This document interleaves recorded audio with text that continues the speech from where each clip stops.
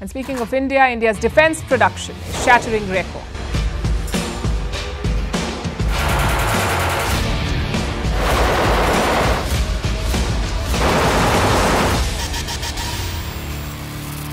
India defence ప్రొడక్షన్లో దుమ్ము దులిపేస్తుంది. పూర్తి కథనం తెలుసుకునే ముందు మేకింగ్ సెన్స్ తెలుగు ఛానల్కి కొత్తగా వచ్చినట్లయితే ఖచ్చితంగా సబ్స్క్రైబ్ చేసుకోండి. ఎందుకంటే ఈ ఛానల్లో మీరు ప్రపంచ వార్తా విశేషాలు తెలుగులో తెలుసుకోవడమే కాకుండా వాటికి సంబంధించి భారతదేశ కోణాన్ని తెలుసుకుంటారు. సో మరి లేట్ ఎందుకు, సబ్స్క్రైబ్ చేసేసుకోండి. మీరు ఈ ఛానల్లో ఖర్చు పెట్టే ప్రతి క్షణానికి నాది పూచి. ఇంకా పూర్తి కథనంలోకి వెళ్ళిపోతే, గత సంవత్సరం ఇండియా ప్రొడ్యూస్ చేసిన డిఫెన్స్ గూడ్స్ యొక్క వర్త్ $15 బిలియన్.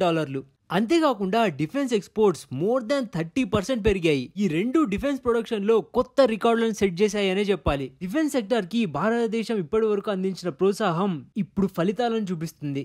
కానీ భారతదేశం అచీవ్ చేయాలనుకున్న టార్గెట్ కి చాలా దూరంలోనే ఉన్నాం అనుకోండి. ఆ వైపుగా అడుగులు మాత్రం చాలా వేగంగా పడుతున్నాయని మాత్రం మనకు తెలుస్తుంది.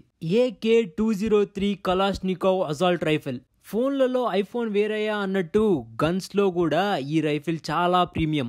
ఈ గన్ ని ఇండియాలో తయారు చేయడానికే భారతదేశం రష్యాతో ఒక డీల్ కుదుర్చుకుంది. గుర్తుపెట్టుకోండి, రష్యా ఇప్పటి వరకు ఏ ఫారిన్ నేషన్ కి ఇలాంటి అవకాశం ఇవ్వనే లేదు.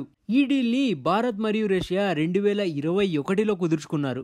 ఇప్పుడు 3 సంవత్సరాల తర్వాత భారతదేశం తయారు చేసిన ఈ రైఫిల్స్ భారత సైన్యం చేతుల్లో ఉన్నాయి. భారత సైన్యం మొదటి బ్యాచ్ లో భాగంగా 35,000 రైఫిల్స్ ని పొందింది.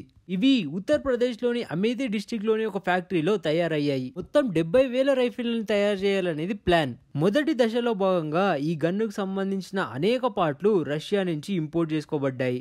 కానీ పోను పోను 100% ఈ వెపన్ ఇండియాలోనే తయారవబోతుంది. ఇలాంటి భాగస్వామ్యాలు భారతదేశ డిఫెన్స్ ప్రొడక్షన్ ని పెంచుకోవడానికి మూల స్తంభాలుగా మారబోతున్నాయి. ఇంతకు ముందు చెప్పుకున్నట్టుగానే భారతదేశం 2023లో డిఫెన్స్ ప్రొడక్షన్ లో కొత్త రికార్డులను సెట్ చేసింది.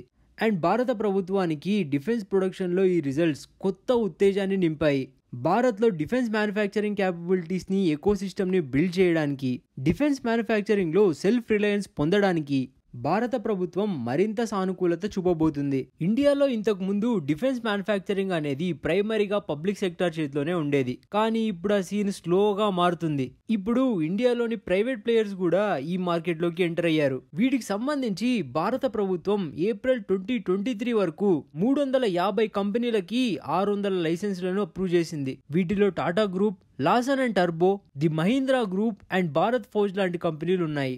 వీళ్ళు భారతదేశానికి డిఫెన్స్ రంగంలో అవసరమయ్యే అనేక రకమైన ప్రోడక్ట్స్ ని తయారు చేయబోతున్నారు. Like transport air crafts, artillery guns, rockets, launchers, even radar systems. Last year వరకు మనం చూసుకుంటే 14,000 micro, medium and small enterprises and 329 startups defence రంగంలో పనిచేస్తున్నాయి.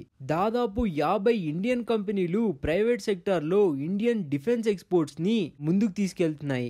Personal protective equipment, offshore patrol vessels, advanced light helicopters, avionics for fighter jets, communication equipment లాంటి made in India products ప్రపంచ వ్యాప్తంగా demand ని చూస్తున్నాయి. బ్రహ్మోస్ లాంటి బిగ్ టికెట్ ఐటమ్స్ కూడా ప్రత్యేకమైన డిమాండ్ ని ఆకర్షిస్తున్నాయి. ఈ సంవత్సరం ఇండియా ఫిలిప్పీన్స్ కి తన ఫస్ట్ డిఫెన్స్ ఎక్స్పోర్ట్ ని బ్రహ్మోస్ మిజైల్ ని అందించడం ద్వారా పూర్తి చేసింది. కానీ ఇండియా డిఫెన్స్ ప్రొడక్షన్ లో ఇంకా అనేక పార్ట్ల కోసం, ఇంకా టెక్నాలజీ ట్రాన్స్ఫర్ కోసం మిగతా దేశాల మీద ఆధారపడి ఉంది. వీటిని ఇండియా త్వరలోనే అధిగమిస్తుందని ఆశిద్దాం. వీడియో నచ్చితే లైక్ చేసి కమెంట్ సెక్షన్లో మీ అభిప్రాయాలను తెలియజేస్తూ ఛానల్ని సబ్స్క్రైబ్ చేసుకోవడం మర్చిపోకండి.